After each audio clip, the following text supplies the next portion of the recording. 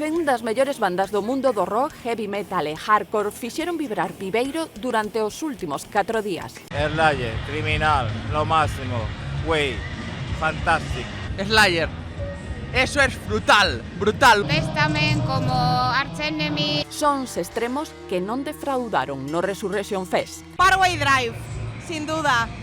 La verdad que dieron un conciertazo, la primera vez que les veía y me dejaron alucinada. O Resu volveron grupos con concerto exclusivo en España e outros en plena xira e parada estelar en Viveiro como os enmascarados Slipknot. Tener la suerte de poder ver en un pueblo como Viveiro bandas como Slipknot, Testament, Arch Enemy, es el sueño hecho realidad para cualquier fan del metal. Hace 5 años que llevo viniendo al Resu y me parece que es un festival que a nivel de Galicia tiene una repercusión súper importante a nivel internacional. Un año tras otro vamos repitiendo y vamos incorporando nuevas generaciones.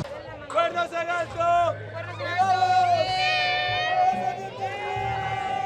Reunir preto de 100.000 persoas, a previsión dos organizadores, viuse superada con todo o que elo supón. O retorno económico do ano pasado era de 11 millóns de euros, este ano evidentemente supera.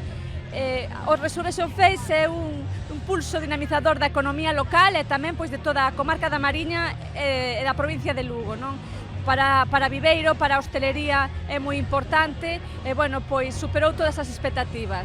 Durante case unha semana, Viveiro duplica a súa poboación sen incidentes. Resaltar, como en anteriores edicións, que, bueno, que todo se desarrollou con absoluta normalidade, que a pesar da cantidad de xente que hai, pois, bueno, é de agradecer todo o bon comportamento que están a ter todos eles e que, bueno, que non se registraron pues eso, incidentes importantes. Agradecerlle, sobre todo a todos os que veñen ao Resu e a disfrutar do Resu, que veñan a disfrutar do Resu. Cos ollos postos nunha nova edición, os metaleiros despídense do Resu. Longa vida ao festival.